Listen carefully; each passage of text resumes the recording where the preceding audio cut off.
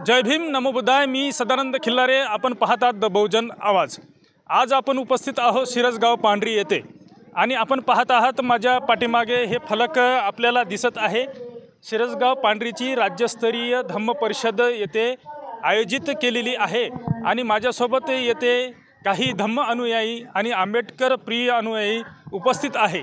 आपण त्यांच्याशी बातचीत करूया आणि त्यांच्याकडून जाणून घेऊया त्यांच्या मनातील भावना, त्यांच्या मनातील प्रतिक्रिया। तर चला मग आमच्याशी जुळून राहा। तर माझ्यासोबत काही वयोवृद्ध ज्येष्ठ असे शिक्षक, निवृत्त शिक्षक आहेत। तर काका, आपलं नाव सांगा। नरेंद्र नरसूजी वानखडे, वानखडे गुरुजी। कुठे राहता आपण? मी कारंजाला राहतो। की आपण राज्यस्तरीय धम्म परिषदेसाठी शिरसगावला आलेले आहात। तर किती वर्षापासून आपण येथे येत आहात? जेव्हापासून धम्म परिषद सुरू झाली तेव्हापासून सतत आम्ही इथे येत आहोत। कुठेही गैरहजेरी राहत नाही आमची आणि इथेच नाही तर कुठे धम्म प्रचार असेल तिथे आमची उपस्थिती असते। नक्कीच बाबासाहेबांनी दरेकाला दीक्षा द्यावी अशा प्रकारचं म्हटलं होतं आणि हीच प्रचाराची भूमिका सरांनी आपल्या अंगी कारलेली आहे आणि ते प्रत्येक धम्म परिषदेला जात असतात आणि तिथं धम्माचा प्रचार प्रसार करत असतात अशा प्रकारचं त्यांनी सांगितलेलं आहे। तर आपल्यासोबत इतरही काही वयोवृद्ध आहेत, शिक्षक आहेत, त्यांच्याशी आपण बातचीत करूया। काका, आपलं नाव सांगा। दामोदर शिवराम खडसे। कुठं राहता आपण? माझं गाव तर इथं जवळच आहे, ब्राह्मणवाडा, पण सध्या मी यवतमाळला राहतो आहे। तर यापूर्वी आपण काय करत होते त्याविषयी सांगा। यापूर्वी याच ठिकाणी भारतीय बौद्ध महासभेच्या माध्यमातून ही जे धम्म परिषद आहे शिरसगावची, या ठिकाणी सुरुवातीला आम्ही पावणे येईपर्यंत आम्ही हे स्टेज आमचं काळे गुरुजी मला सोबत असायचे आणि दोघेजण आम्ही त्या ठिकाणी मुख्य पाहुणे येईपर्यंत आम्ही त्या ठिकाणी काय आम्हाला जे अवगत आहे तेवढं आम्ही या धम्माचं प्रचार करायचं होतं। मी भारतीय बौद्ध महासभेमध्ये काम केलं आहे आणि यवतमाळमध्ये शहराचा अध्यक्ष आहे। मी 6 शिबिरं स्वतंत्र घेतलेले आहेत, या धम्म प्रचारासाठी स्वतंत्र केलेलं आहे।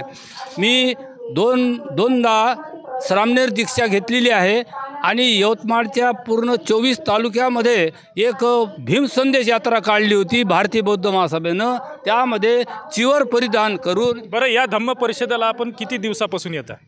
किती वर्षापासून? या धम्म परिषदेपासून 19 वर्षापासून या ठिकाणी येतो आहे। तर 19 वर्षापासून सतत या धम्म परिषदेला येत आहे अशा प्रकारचं त्यांनी वक्तव्य केलेलं आहे। तर आपण इतरही लोकांशी जुळूया आणि त्यांच्याशी बातचीत करूया। तर आपलं नाव सांगा। जय भीम नमो बुद्धाय। माझे नाव किसनराव पाढेन आहे। मी राहणार टेंबी। मी दरवर्षी इथं धम्म परिषदेला येतो आणि ही धम्म परिषद राज्यस्तरीय धम्म परिषद आहे, फार मोठी धम्म परिषद आहे। या धम्म परिषदेतून आम्हाला खूप मार्गदर्शन होते, तसेच धम्माचा प्रचार खूप व्हावा अशी माझी खूप इच्छा आहे। म्हणजे बौद्ध धम्म हा सर्व। आपण काय करता? आपला उद्योगधंदा काय आहे याविषयी आम्हाला सांगा।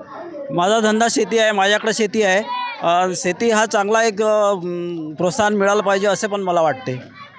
तर या धम्म परिषदेला आपण दरवर्षी येत आहात? हो, दरवर्षी 19 वर्षे झाले आज। दरवर्षी येत आहो आणि दररोज येत आहो, म्हणजे प्रत्येक दिवशी हजर राहत आहो आम्ही। बरं, मला एक आणखी तुम्हाला प्रश्न विचारायचा आहे की आपण धम्म परिषदेला नियमित येत आहात, परंतु या धम्म परिषदेमधून आपण काय घेऊन जाता आणि कोणत्या उद्देशाने आपण या धम्म परिषदेला उपस्थिती दर्शवता? आपला इतिहास काय आहे, आपण काय होतो आणि आज आपली परिस्थिती, डॉक्टर बाबासाहेब आंबेडकरांनी आपल्याला घटना देऊन म्हणजे कोणते अधिकार दिले, हे सर्व माहिती आम्हाला धम्म परिषदेतून मिळते आणि आम्हाला माहिती मिळाल्यानंतर आम्ही हा धम्माचा प्रचारसुद्धा करतो। त्यामुळे आम्हाला हे खूप आवश्यक वाटते की धम्माचा प्रचार खूप व्हावा आणि बौद्ध धर्म हा एकदम टॉपला जावा असे आम्हाला इच्छा आहे। बरं, ही जे धम्म परिषदा प्रत्येक ठिकाणी होत आहे आणि होत राहील, तर ही धम्म परिषदा प्रत्येक ठिकाणी होते, यातून काही सफल होते असं वाटते आपल्याला? कमीत कमी जनजागृती होते आणि लोकांनी असं समजा काही घटना वगैरे घडल्या तर लोक एकत्र येतात। या धम्म परिषदेचं ज्ञान हे खूप कामी पडते। म्हणजे जसं डायरेक्ट असं अटॅक करणार नाही लोक, पण जर काही प्रसंग असा आला तर या धम्म परिषदेच्या ज्ञानामुळं सर्व लोक सुशिक्षित होऊन म्हणजे धम्म काय आहे हे लोकांना समजून, हे काही जर असं प्रॉब्लेम झाला तर आम्ही सर्व धम्म बांधव एक होऊन त्यासाठी स्ट्रगल करू। निश्चितच. तर आपल्यासोबत वयोवृद्ध आबाजीसुद्धा येथे उपस्थित आहे. त्यांच्याशी आपण बातचीत करूया. त्यांचा अनुभव फार वर्षाचा अनुभव आहे आणि मी त्यांना विचारलं सुद्धा तर त्यांनी सांगितलं की मी प्रत्येक धम्म परिषदेला येथे येतो. आबाजी आपलं नाव सांगा. श्रीराम दौलत उरकळे दोनद, तालुका कोणता? तालुका कारंजा, जिल्हा वाशिम. बरं, आपण या धम्म परिषदेसाठी आलेले आहात, गावावरून आलेले आहात. किती लोक आलेले आहात? आम्ही सध्या 2 जण आलो, आम्ही आजे नाते. बरं बरं बरं, काय हरकत नाही. तर आपण धम्म परिषदेसाठी प्रत्येक वर्षी येत असल्याचं सांगितलं. तर काय उद्देश असते आपल्याला धम्म परिषदेला येण्यामागचा आणि काय घेऊन जाता? काहीतरी इथून शिकवण घेऊन जायची, आपल्या आचरणात आणायची. हो. तर मग आपण सध्या दोघं आजी नाते आल्याचं सांगितले. आपल्या गावून इतर किती लोक येत असतात? येते दरवर्षी 10-15 लोक. तर प्रत्येक धम्म परिषदेला आपण इथे आलेले आहात का? हो, प्रत्येक वर्षी. बरं, 19 वर्षे झाले. 19 वर्ष. हो. बरं, आपला धंदा व्यवसाय काय आहे? कुटुंबाविषयी सांगा. शेती आहे बा, मी शेती करतो. बरं, मुलं बाळं वगैरे किती? मुलं 4 मुलं आहेत, 6 नातू आहेत. बरं, मग त्याच्यामध्ये शिक्षणाचं परिवर्तन काय झालं? शिक्षणाविषयीचं मला सांगा. हो, शिक्षण शिकून राहिलेत ना, काही MA झाले, काही BA झाले, शिकून राहिलेत, काही डिप्लोमा घेऊन राहिलेत. एकूणच शिक्षणाची प्रगती ही सुद्धा समाज सुधारण्यासाठी फार महत्त्वाची आहे. इतरही लोक आपल्यासोबत जुळलेले आहे, त्यांच्याशी आपण बातचीत करूया. या काका इकडे. नाव सांगा आपलं.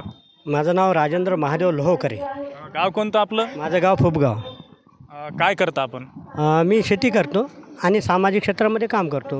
बरं, तर आपण पाहतो आहे धम्म परिषदेसाठी आपण उपस्थित झालेलं आहात आणि प्रत्येक धम्म परिषदेला येता काय कसं काय सांगा. नाही, मी प्रत्येक धम्म परिषदेला येतो. इथली प्रत्येक धम्म परिषद, आता जी धम्म परिषद आहे 19वी धम्म परिषद आहे, तर ह्या प्रत्येक धम्म परिषदेला आपण आलेले आहात? नाही, काही मनामध्ये सुटलेलं आहे, पण प्रत्येक धम्म परिषदेत सोडत नाही मी या गावात. बरं, आपण धम्म परिषदेला येतो तर काय घेऊन जातो आपण घरी याविषयी सांगा. आपण बाबासाहेबाचे आणि बुद्धाचे विचार घरी घेऊन जातो आपण आणि ते आत्मसात करून 4 लोकांना सांगतो आपण आपल्या समाजामधल्या. हां. आता धम्म परिषद पाहतो आहे आपण, कुठे कुठे यात्रेचं स्वरूप आलेले आहेत. जे महिला वर्ग आहे, जे बालक आहे, ते केवळ मनोरंजनाचं साधन म्हणून किंवा यात्रा म्हणून कुठंतरी जावं म्हणून अशा प्रकारचं इथं येतात. परंतु पाहिजे तसा परिवर्तनाचा भाग झालेला दिसत नाही. काय वाटतं आपल्याला? नाही, तसं पाहतो म्हटलं तर परिवर्तना भाग म्हटल्यानंतर 60% परिवर्तनाचा भाग झालेला आहे. हां. आणि काही लोक यात्रे करता येतात, काही लोक अन्य कामं करता येतात. तर खरं सांगायचं म्हणजे या ठिकाणी बुद्ध आणि बाबासाहेबांचे विचार घेऊन प्रत्येक माणूस जातो. हां. आणि त्याच्यामुळं खूप चांगलं आहे. आणि तुमचा आवाज, बहुजन आवाज TV माध्यमातून जे काही तुम्ही कार्य करता त्याबद्दल आम्ही इथले लोक सगळे तुमचे आभारी आहोत. आभार. तर धन्यवाद. आमच्या चॅनलचं सुद्धा काकांनी आभार मानलेले आहेत. आपलं नाव सांगा. मी वासुदेव चिमणाजी काळबांडे, कुठून आलात आपण? कारंजावरून आलो, जिल्हा वाशिम. बरं, तर प्रॉपर कारंजा शहरामध्ये राहता का? शहरामध्ये. तर आपण धम्म परिषदेसाठी आलेले आहात. किती दिवसापासून, किती वर्षापासून आपण येत आहात? मी जवळपास 10 वर्षापासून येत आहे. तर आपण या शिरसगाव पांढरी येथे धम्म परिषदेला 10 वर्षापासून येत असल्याचं आपण सांगितलेलं आहे. तर काय अनुभव आहे आपल्या या 10 वर्षाचा? प्रत्येक ही धम्मपरिषद वेगवेगळी असते आणि प्रत्येकाचं ज्ञान घेणं त्याच्यावर अवलंबून असते. प्रत्येक व्यक्ती हा सारखा नसतो. ज्याला जे घ्यायचं आहे त्यांनी प्रत्येकानं घ्यावं. आणि धम्माचं ज्ञान ही हा जो उपदेश आहे हा सर्वसामान्यपर्यंत पोचला पाहिजे. हे एक प्रत्येकाची जबाबदारी आणि कर्तव्य आहे. नुसतं माझं कर्तव्य नाही आहे, प्रत्येकाचं कर्तव्य आहे. आणि प्रत्येकानं हे आपलं धम्मपरिषदेचं ज्ञान आहे सर्वांपर्यंत पोचवलं तर आपलं धम्मज्ञान वाढेल, आपले सुख मिळेल आणि इतरांना पण सुख मिळेल. आणि असं नाही म्हटलं यात्रेचं स्वरूप वगैरे काहीच नाही आहे. ही आपली मानसिकता तशी असते, त्याच्यामुळे आपण तो करतो. कारण इथे ज्ञान आहे, जिथं ज्ञान आहे, जिथं विचार आहे तिथं प्रगती आहे. आणि पुस्तकं वगैरे आहे, सगळे हे आहे, आचार विचार जिथं प्रधान असते तिथं प्रगती होते. त्यामुळे धम्मपरिषद ही यशस्वी होण्यासाठी सर्वांनी एकजूट राहून ही धम्मपरिषद कशी परिवर्तनवादी बनावी, दिवसेंदिवस प्रगतिशील बनावी ही उद्देश असतो. निश्चितच धम्म परिषद हे विचार मंथन करण्याचं केंद्र असते आणि ही प्रत्येक ठिकाणी व्हायला पाहिजे अशा प्रकारची सुद्धा भावना यांनी व्यक्त केलेली आहे. आता आपण या धम्म परिषदेवर मोजक्या लोकांची प्रतिक्रिया घेतली आणि त्यांच्या मनातील भावना जाणून घेण्याचा प्रयत्न केला. तर पाहत रहा द बहुजन आवाज. सदानंद खिल्लारे, द बहुजन आवाज, शिरसगाव पांढरी, नेर.